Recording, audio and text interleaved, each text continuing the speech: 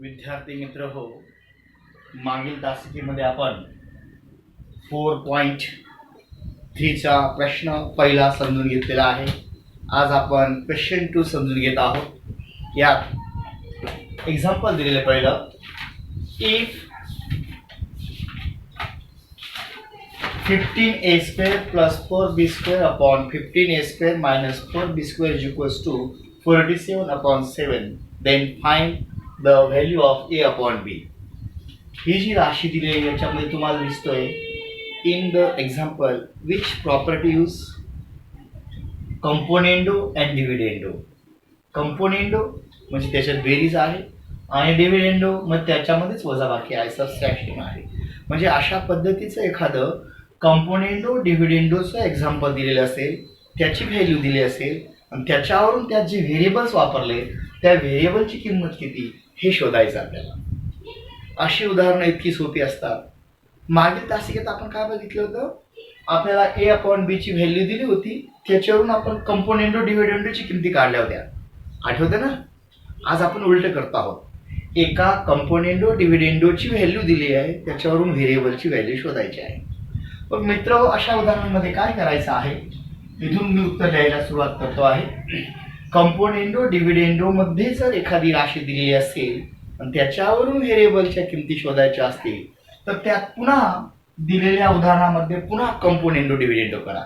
जसे 15a² plus 4b² plus 15a² minus 4b² upon 15a² plus 4b² minus 15a² plus 4b² is equals to 47 plus 7 upon 47 minus 7.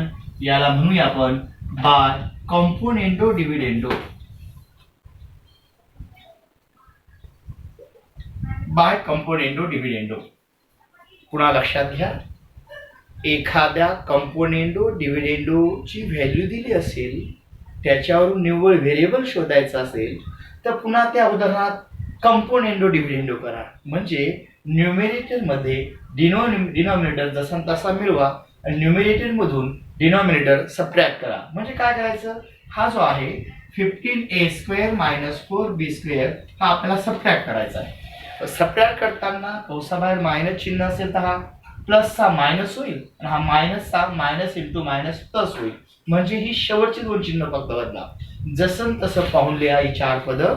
अंशामध्ये छेद मिळवा आणि अंशातून छेद वजा करताना शेवटची दोन चिन्ह फक्त बदलवा, बाकी काहीच नाही.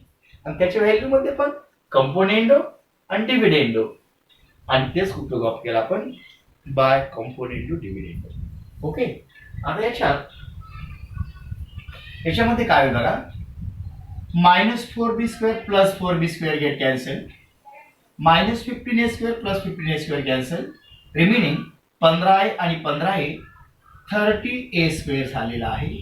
Upon 15a² 30a², 4b² plus 4b² is equals to 8b² राहिलेला आहे. आणि याची व्हॅल्यू 47, 7 54, 47 मधून 7 गेला 40. या दोघांची ऍडिशन 54, या दोघांची सबट्रॅक्शन 40 आलेली आहे. बरोबर. आता काय करूया, आपल्याला a² b² ची किंमत शोधायची आहे. म्हणून आपण काय करूया, a² upon b² is equals to 54 upon 40. हे जसं तसं 30 upon 8 इथं मल्टिप्लाय करतो, पक्षांतराने मल्टिप्लाय करेल, म्हणजेच काय होईल, इन्व्हर्टेंडोने 8 upon 30 झालेला आहे. हे समजून घ्या. a² upon b² is equals to असं नसतं, हा 30 upon 8 आहे, इकडे येताना पक्षांतरण 8 upon 30 झालेला आहे. बरोबर आहे. आता आपल्याला here 8 and 40 is the divisible by 8, so 8 आणि 40 ला भाग जातो आहे. 8 1 जा 8, 8 5 जा 40, 8 45. 54 and 30 also divisible by 6, 6 35, 6 36. Therefore a² upon b² is equals to 6. काय झाला, 6 35, 6 9 54 होता, 6 9 54, 9 1 जा 9, 5 5 जा 25 हे असं आलेलं आहे. म्हणजे काय आलेलं आहे, ए अपॉन बी शोधायचं आपल्याला. A square upon B square is equals to 9 upon 25 आलेला आहे. म्हणजे ही दोघं टर्म परफेक्ट स्क्वेअर आहेत. 9 and 25 are also perfect square. So taking square root of both the sides. So a upon b is equals to, yes, 9 upon 5 means square root of 9 is a 3 upon 5. आपण म्हणूया taking positive square root.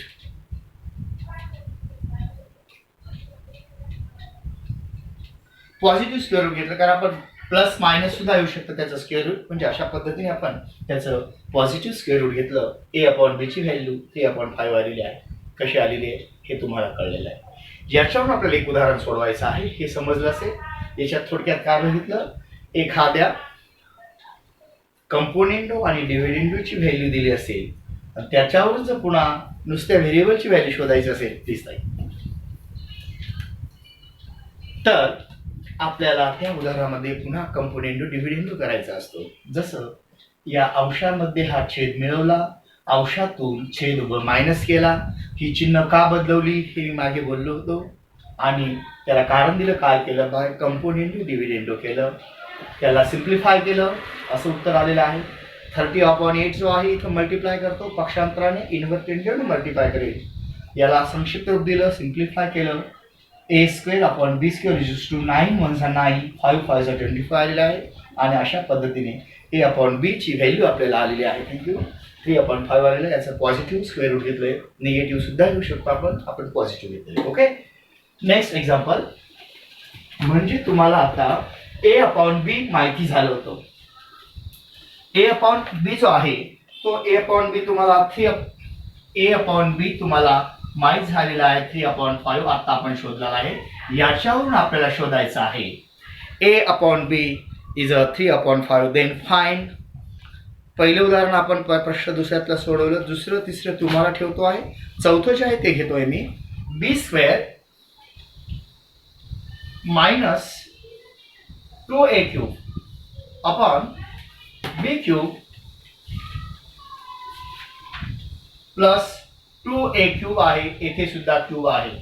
Example आहे B cube minus 2a cube upon बी cube plus 2a cube असं example आपल्याला सोडवायचं आहे. प्रश्न याच्यातलंच. At first we find the value of A upon B. याच्यावरून तिसरं चौथं दुसरं ही एक्झाम्पल सोडवायची होती. दुसरं आणि तिसरं तुमच्यासाठी ठेवलेले आहे. हे फोर्थ वन एक्झाम्पल जे आहे ते मी घेत आहे. याच्यात तुम्हाला जर ए अपॉन बी माहिती असेल आणि याच्यामध्ये आपल्याला हे बघायचं आहे कंपोनेंडो कशामध्ये आहे. म्हणजे बेरजेची पद ही आहे बी अपॉन बी प्लस 2a. मग बी आधी आहे की नाही, म्हणून याला आपण इन्व्हर्टेंडो करूया. Therefore b upon a is equals to 5/3 by invertendo. Bye इन्व्हर्टेंडो काय केलं आपण, ए अपॉन बी होतं त्याला आपण इन्व्हर्टेंडो घेतला. त्याचं रेशोचं सुद्धा व्हॅल्यू सुद्धा काय इन्व्हर्टेंडो होईल. असं का केलं आपण, आपल्याला जे उदाहरण सोडवायचं आहे त्याच्यात ज्याच्यात कंपोनेंडो आहे त्याच्यात बी आधी आहे. मग बी आधी असल्यामुळे आपण बी अपॉन ए घेतलं. ए अपॉन बीच्या व्हॅल्यूवरून बी अपॉन ए आपण का घेतलं तर दिलेल्या उदाहरणात बी आधीच आहे ए नंतर आहे म्हणून असं घेतलं. मग याच्यावरून ज्याच्या कंपोनेंटो दिसतोय ना त्याची व्हॅल्यू काढूया. Therefore b cube upon 2a cube is equals to. नीट लक्षात घ्या बी अपॉन ए अपॉन बी वरून बी अपॉन ए का केलं. इथं पहिलं टर्म जे आहे फर्स्ट टर्म बी आहे त्यामुळे न्यूमेररला बी आणलेला आहे. याच्यावरून आपल्याला बी क्यूब आणि 2a क्यूब मध्ये कंपोनेंटो ज्याच्यात आहे त्या राशीची सुद्धा आपण किंमत त्या रेशोची किंमत आपण काढूया. म्हणजेच B cube plus 2a cube होता तर त्याला डिवाइडेड बाय 2a क्यूब याची व्हॅल्यू काढूया. बी मीन्स 5 चा cube upon 2a 2 into a cube. a is uh 3 चा cube means cube of 5 is uh 125 and 2 into cube of 3 is uh 27. 3चा घन 27, 5चा घन 125.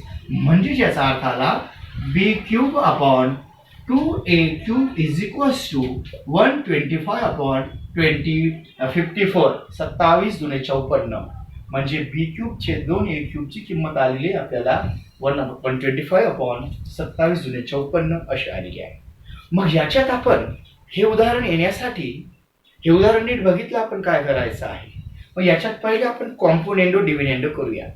मग बाय कॉम्पोनेंडो डिव्हिडेंडोने काय होईल, याच्यामध्ये कॉम्पोनेंडो करणं म्हणजेच B cube plus 2a cube upon बी क्यूब मायनस 2a क्यूब घेतलं. मग याची पण व्हॅल्यू मध्ये पण कॉम्पोनेंडो करा. या दोघांमध्ये कॉम्पोनेंडो केला, त्याच्यातच डिव्हिडेंडो केला.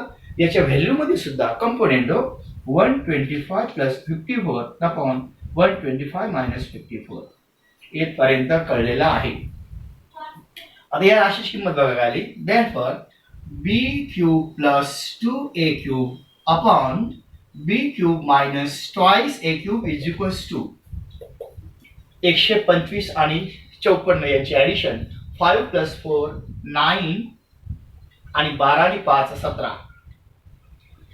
125 मधून 54 गेलेला आहे. आता 5 आणि 4 9 आलेला आहे. 5 आणि 2 7 आला. 1 जसा तसा आहे. 15 तून 4 गेला म्हणजेच 9 राहतात.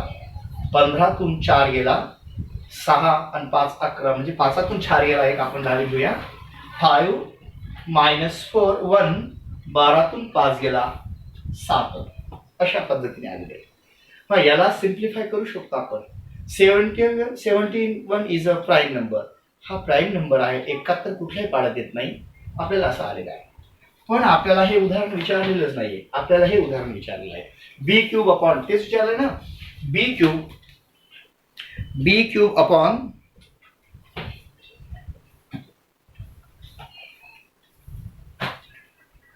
एक्झाम्पल कोणतं विचारलं तुम्हाला. 4th वन इज चालेल. बी क्यूब तेच विचारलेलं आहे. आता असं एक्झाम्पल येण्यासाठी याच्यात काय केलं पाहिजे. एक्झाम्पल मध्ये वरती मायनस चिन्ह आहे. आपण जे शोधलं ते कॉम्पोनेंडो डिव्हिडेंडो आहे. इथं कॉम्पोनेंडो डिव्हिडेंडो नाहीये. पण आपल्याला ह्या राशीची किंमत याच्यावरून शोधायची म्हणजे याच्यात काहीतरी बदल केला पाहिजे. मग मित्र काय बदल केला पाहिजे. याच्यात पुन्हा इन्व्हर्टेंडो केलं की असं येईल. बाय इथं आपण म्हटलेलं आहे बाय कॉम्पोनेंडो डिव्हिडेंडो. इथं म्हटलं पाहिजे bye componendo डिव्हिडेंडो.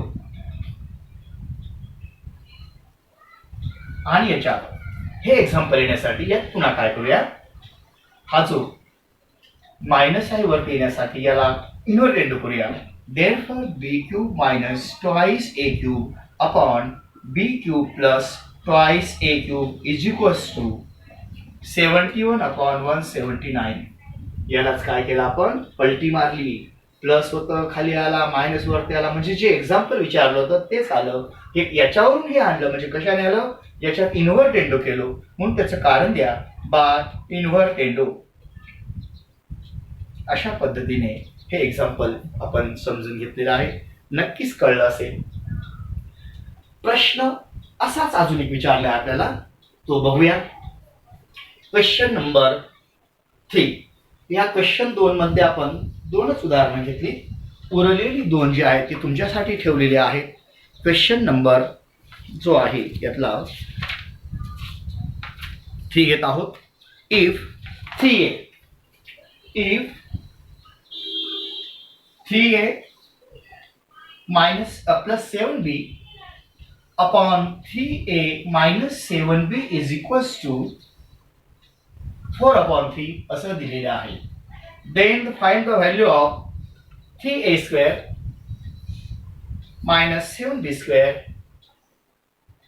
Upon 3a square plus 7b square या राशीची आपल्याला किंमत शोधायची आहे. ठीक आहे. तुम्हाला एका कॉम्पोनेंडो डिव्हिडेंडो या एक्सप्रेशन या रेशोची व्हॅल्यू दिलेली आहे या 4 अपॉन 3 या रेशोच्या संदर्भात. याच्यावरून आपल्याला हे उदाहरण सोडवायचं आहे. मागील उदाहरणात आज आपण तेच समजून घेतलं. जर एखाद्या कॉम्पोनेंडो डिव्हिडेंडोची व्हॅल्यू दिली असेल आणि त्याच्यावरून पुन्हा आपल्याला एखादं उदाहरण सोडवायचं असेल तर at first find the value of only variables a upon b. मग याच्यावरून a अपॉन b शोधण्यासाठी याच्यात पुन्हा कॉम्पोनेंडो डिव्हिडेंडो करा. अशी उदाहरणं फार विचारली जातात त्यामुळे हे समजूनच घ्या. पुन्हा व्हिडिओ बघायचा आपण समजूनच घ्यायचं. बाय कंपोनेंडो डिव्हिडेंडो तुम्ही आधी म्हटलं तरी चालेल किंवा नंतर म्हटलं तरी चालेल. याच्यात कंपोनेंडो करणं म्हणजे 3a plus 7b plus 3a minus 7b upon 3a plus 7b minus 3a plus 7b. मी काहीच न बघता लिहितो, जसं कंपोनेंडो म्हणजे अंशात छेद मिळवा आणि डिव्हिडेंडो करण्यासाठी बघून बघून लिहा. फक्त शेवटची दोन चिन्ह बदलवा, म्हणजे ह्या अंशातून हा छेद मायनस करणं म्हणजे ही चिन्ह बदलवणं, प्लस मायनस मायनस प्लस. आणि 4 प्लस 3 याच्यात पण त्याच्या व्हॅल्यूज मध्ये पण कंपोनेंडो अँड डिव्हिडेंडो केलं आणि तसं इथं नोंदवा बाय कंपोनेंडो डिव्हिडेंडो. कंपोनेंडो डिव्हिडेंडो. मग याच्यामध्ये सिम्प्लिफाय करूया. जो मायनस असेल त्याचा अपोजिट नंबर शोधा. 7b मायनस 7b संख्या समान चिन्ह भिन्न उत्तर शून्य.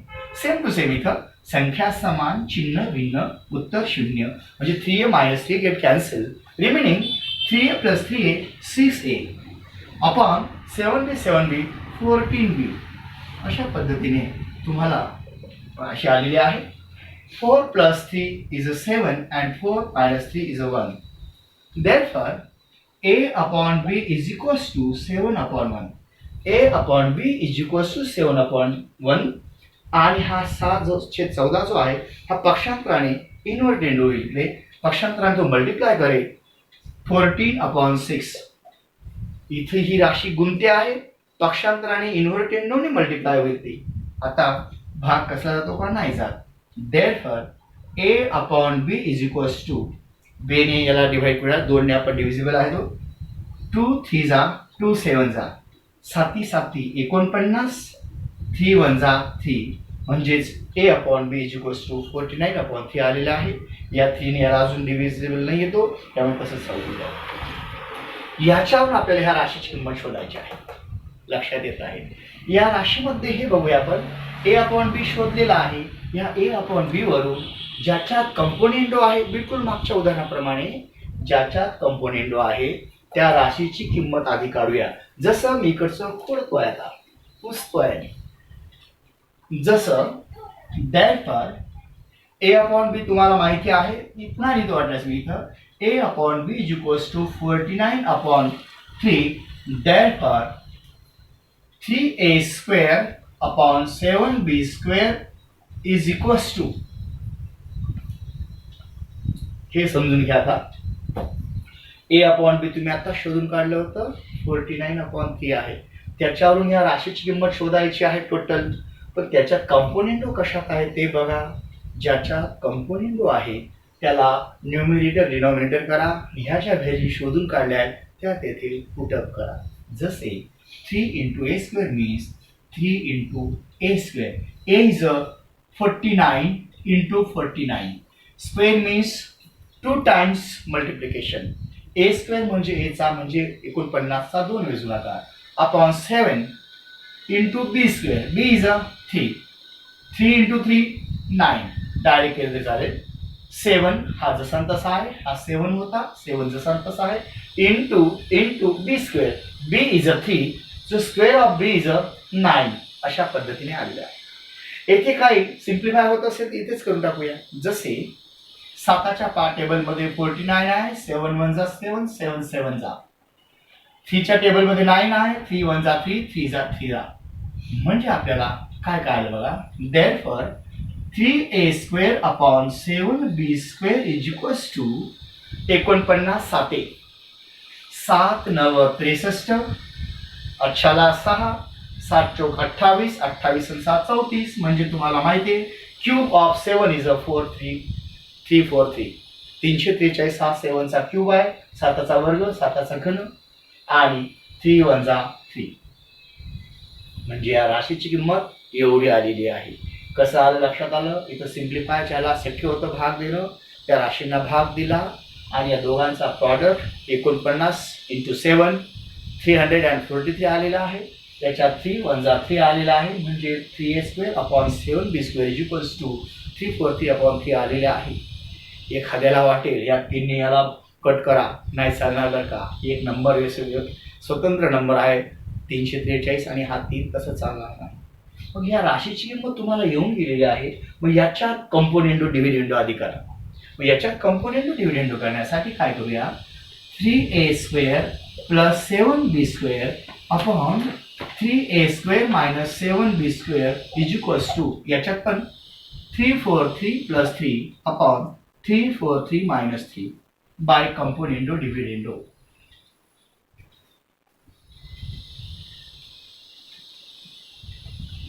म्हणजे काय काय केलं बघा. येणारं उदाहरण सहज सोपं जावं यासाठी आपण काय केलेलं आहे, पहिले ए आणि बी ह्या रेशो यांचा शोधून काढला, यांची व्हॅल्यू शोधून काढली, उदाहरण बघितलं. त्या उदाहरणाची व्हॅल्यू शोधण्यासाठी आधी हे बघितलं की कोणत्या न्यूमेरेटरमध्ये कॉम्पोनेंडो आहे का डिनॉमिनेटर मध्ये आहे. तर न्यूमिनेटर मध्ये बेरीज दिसते, ज्याच्यात बेरीज आहे ज्याच्यात ऍडिशन आहे अशी राशी आपण काय घेतलेली आहे, त्याचा रेशो घेतलेला आहे. त्याचा रेशो या ए आणि बी च्या व्हॅल्यू वापरून त्याच्या व्हॅल्यू काढलेल्या आहेत. इथंच बघितल्या होत्या त्या व्हॅल्यू असे आलेल्या आहेत सिम्प्लिफाय केल्यावर. याच्यात पुन्हा कंपोनेंडो आणि डिव्हिडेंडो करतो आहोत. त्याच्यात कंपोनेंडो डिव्हिडेंडो केल्यावर काय येतं बघा, इकडे घेतो मी म्हटल्यास सगळ्यांना दिसतच आहे. Therefore 3a² plus 7b² upon 3a² minus 7b² is equals to 343 अधिक 3 346 346 आणि 343 मधून 3 गेलं 340 अशा पद्धतीने आलेली राशी आहे. मग याला सिम्प्लिफाय करूया आपण. याला सिम्प्लिफाय करणं म्हणजे याला संक्षिप्त रूप जातं का, याला पुन्हा कोणी भाग जातो का. ॲटलिस्ट या both numbers are the even numbers, so divisible by 2. या दोन्ही संख्या सम आहेतच, त्यामुळे या कमीत कमी 2ने भागात 2च्या पाड्यात असतीलच, 2च्या टेबलमध्ये असतीलच, किंवा 2ने भाग देऊया. बघूया काय होतं. Therefore 3a² plus 7b² upon 3a² minus 7b² is equals to 2ने भाग दिल्यावर बे एक बे, एक उरला, बे साती 14 आणि बे 0 0. बे एक बे, एक उरला, बे साती 14, बे त्रिक 6 म्हणजे 173 अपॉन 170 असं झालेलं आहे. पण हे उदाहरण विचारलेलंच नव्हतं आपल्याला. आपल्याला मित्र हो उदाहरण विचारलेलं आहे हे. मग याच्यात याच्यात काय बदल आहे, याच्यात मायनस साईन वरती इथं खाली आले. मग या राशीवरून ही राशी येण्यासाठी याच्यात काहीतरी बदल केला पाहिजे. सांगा बरं मग काय बदल केला पाहिजे. हो बरोबर आहे, याच्यात पुन्हा काय करा, इन्व्हर्टेंडो करा. मग याच्यात इन्व्हर्टेंडो करण्यासाठी हा 3a² मायनस 7b² अपॉन वरचा जो आहे तो खाली येईल, म्हणजे 3a² plus 7b² is equals to, याच्यात पण हा 170 वरती जाईल अपॉन 170 झालेला आहे. यात काय केलं आपण, बाय इन्व्हर्टेंडो. इन्व्हर्टेंडो आणि आपल्याला जे उदाहरण विचारलं होतं सेम टू सेम त्याच उदाहरणाची व्हॅल्यू आपण शोधून काढलेली आहे. मला सांगा येथे काही शंका आहे. मग एकदम सोपी अशी उदाहरणं आहेत, याच्यावरची उदाहरणं तुम्ही सोडवाच. यात मला वाटतं एकच दिलेलं होतं. क्वेश्चन नंबर 3 जो आहे त्यात एकच एक्झाम्पल दिलेलं आहे, ते आपण सोडवलं आहे. 170 अपॉन 173 आणि 170 आलेला आहे. पुढचा जो क्वेश्चन आहे तो क्वेश्चन आपल्याला घ्यायचा आहे क्वेश्चन नंबर 4. क्वेश्चन नंबर 4 येण्यासाठी अजून यात मला वाटतं कोणाला शंका नसावी. नीट समजून घ्या, व्हिडिओ पुन्हा पुन्हा बघा, नक्कीच तुम्हाला कळेल.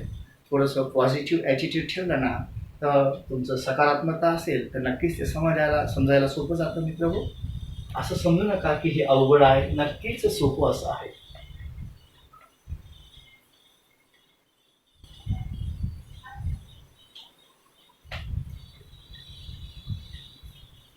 आता पुढचा क्वेश्चन जो दिला आहे त्या क्वेश्चनमध्ये विचारलं आहे सॉल्व द फॉलोइंग इक्वेशन्स. ही जी इक्वेशन्स आहेत ही इक्वेशन्ससुद्धा सोपी अशीच आहेत. याच्यामध्ये उदाहरणं सोडवण्यासाठी आपल्याला एकूण मला वाटतं 6 उदाहरणं दिली आहेत. 6 पैकी किमान 4 तरी आपली झालेली पाहिजेत.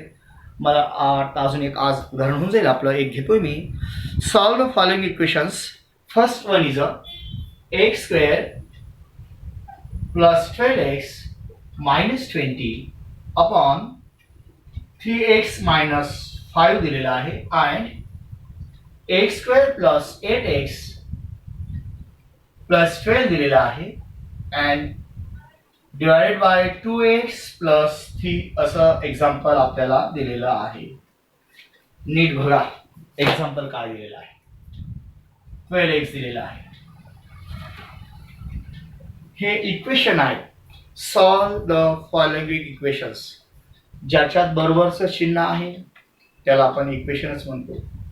दोघी बाजूंना इक्वॅलिटी आहे, समानता आहे, म्हणजे ते समीकरण आपल्याला सोडवताना काही करून आपल्याला how and any condition find the value of variable. X variable आहे, एक्सची किंमत शोधूया.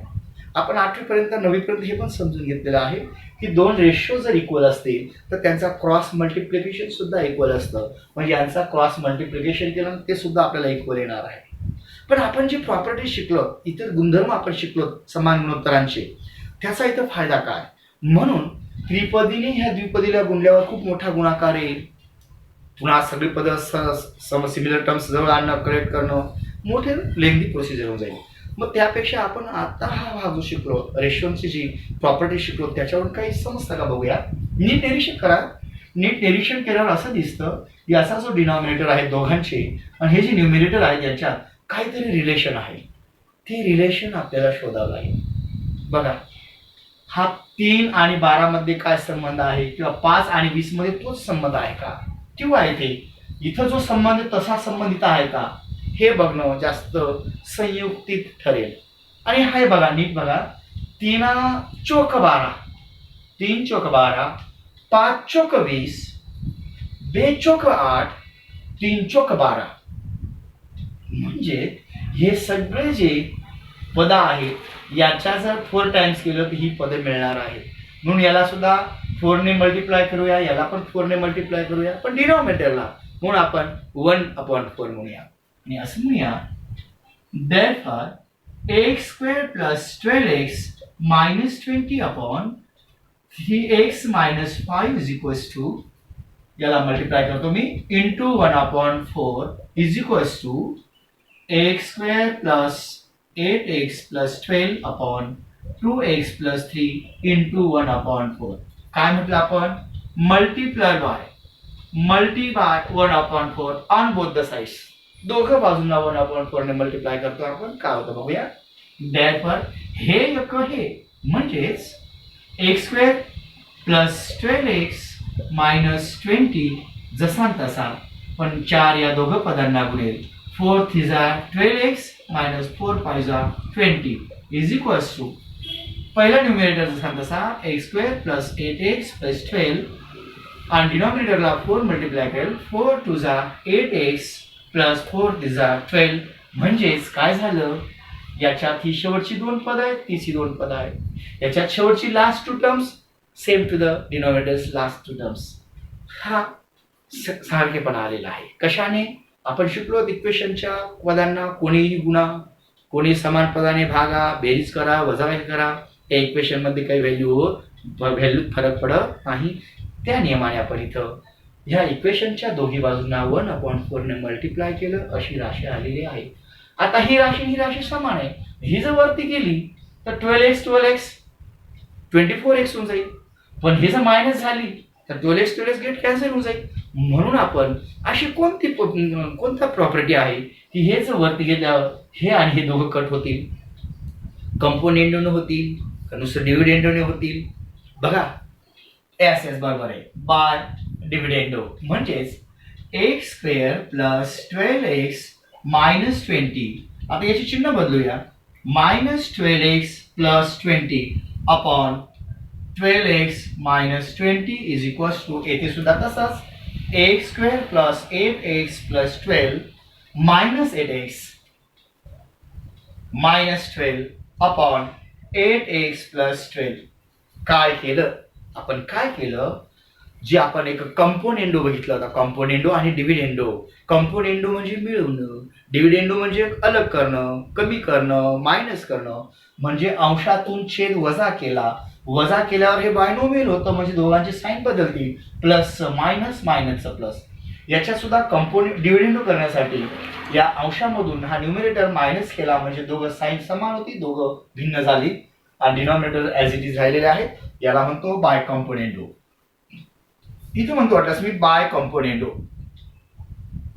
बाय कॉम्पोनेंट वर. आता याला सिम्प्लिफाय करूया. संख्या समान चिन्ह भिन्न उत्तर शून्य. संख्या समान चिन्ह भिन्न उत्तर शून्य. म्हणजे only remaining x square. X square upon 12x minus 20 राहिलेला आहे. इज इक्वल्स टू इथे सुद्धा 8x plus 8x minus 8x get cancelled. 12 and 12 also get cancelled. Remaining only x square upon 8x plus 12 असं आलेलं आहे. अजून ह्या दोन गुणोत्तरांमध्ये न्यूमरेटर समान आहे. मग न्यूमरेटरच्या दोन्ही बाजूंना जर x स्क्वेअर ने डिवाइड केलं तर x स्क्वेअर गेट कॅन्सल होईल. किंवा multiply by 1 upon x square केलं. समजा मी याला 1 अपॉन x स्क्वेअर केलं तर x स्क्वेअर कट होईल. इकडे पण 1 अपॉन x स्क्वेअर नाही. पण तेच म्हणूया आपण एक्स स्क्वेअर घालवण्यासाठी अजून दिलेलं इक्वेशन जास्तीत जास्त सिम्प्लिफाय कसं करता येईल, अजून सिम्प्लिफाय व्हायला चान्स आहे ना, म्हणून मी पुन्हा याला सिम्प्लिफाय करतो आणि म्हणतो x upon 12x minus 20 is equals to 1 upon 8x plus 12 आणि याला म्हटलेलं आहे multiplying by 1 upon x square. 1 upon x square ने आपण त्याला मल्टिप्लाय केलं. याला 1 अपॉन एक्स स्क्वेअर ने मल्टिप्लाय केल्यावर एक्स स्क्वेअर गेट कॅन्सल. इकडे सुद्धा गेल्यावर एक्स स्क्वेअर एक्स स्क्वेअर म्हणजे 1/1 आलेला आहे. आता ही दोघं रेशो जे आहेत इक्वल आलेली आहेत. जेव्हा दोन रेशो इक्वल असतात तेव्हा त्यांचा क्रॉस मल्टिप्लिकेशन इक्वल असतं. म्हणून आपण त्यांचा काय करूया, क्रॉस मल्टिप्लिकेशन करूया. जसे 12x 1 12x minus 21 20 is equals to याने याला गुणूया क्रॉस मल्टिप्लिकेशन. 8x अधिक 12 8x अधिक 12 म्हणजे या दोघांचा तिरकस गुणाकार मी केला तो असा आलेला आहे. आता कलेक्ट द सिमिलर टर्म्स. जी स्वरूप पद आहेत, जी समान पद आहेत ती जर आणूया. जसे 12x हा 8x आणि 12x सिमिलर आहेत. हा 8x पक्षांतराने गेला मायनस 8x झाला इज इक्वल्स टू हा 12 राहिलेला आहे. हा 20 मायनस ए पक्षांतराने प्लस 20 झालेला आहे. देअरफॉर 12 म्हणून 8 गेला 4x इज इक्वल्स टू या दोघांची बेरीज 32 आहे. 12 plus 20 is 32. Therefore x is equals to 4 इथं गुणतोय पक्षांतराने भागेल 4 8 32. So x is equals to 8. इथं अजून आपल्याला एक पद्धत असते की put the value of x is equals to 0. या x ची किंमत 0 जर ठेवल्यावर दोघी बाजू समान होतात का हे बघा. हो, x ची किंमत 0 जर ठेवली तर 0चा वर्ग 0 0 छेद काहीतरी, इथं पण 0 छेद काहीतरी म्हणजे दोघं बाजू 0 0 झाल्या. म्हणजे 0 सुद्धा या इक्वेशनची एक व्हॅल्यू आहे. म्हणून आपण असं म्हणू शकतो की therefore x is equals to 0 और x इज इक्वल्स टू 8. म्हणजे अशा दोन व्हॅल्यू आपल्याला मिळतील. हा 0 कसा, ही दोन इक्वेशन इक्वल आहे, यांचा न्यूमरेटर समान आहे. मग या एक्सच्या ठिकाणी व्हेरिएबलची किंमत 0 आहे का हे आपण बघायचं आधी. मग एक्सची किंमत 0 असल्यावर दोघी बाजू समान होतात का. हो, अर्थातच. 0चा वर्ग 0 0चा वर्ग 0 0 छेद हे आणि 0 छेद हे, 0ला भागण्यात काय अर्थ नाही म्हणून दोघी राशी 0 होऊन जातात. म्हणजे एक्सची किंमत 0 ही सुद्धा एक आहे आणि दुसरी आता आपण शोधली ती 8 सुद्धा आहे. अशा पद्धतीने आपण ह्या क्वेश्चनमध्ये क्वेश्चन नंबर 4 मध्ये उदाहरणं आहेत. मी ती उदाहरणं अजून पुढच्या व्हिडिओमध्ये घेणारच आहे, कारण व्हिडिओ जास्त मोठा पण व्हायला नको. तर येथे आपण थांबत आहोत. तुम्ही प्रश्न दुसरा तिसरा फक्त ही 2 प्रश्न मला सोडून सर्व त्यातली उदाहरणं सोडून पाठवणार आहात. मी मुद्दाम पुसून टाकत असतो कारण तुम्हाला ते स्वतःहून सोडवायचे आहे. नाही कळलं तर व्हिडिओ पुन्हा बघत चला. ओके, बेस्ट लक.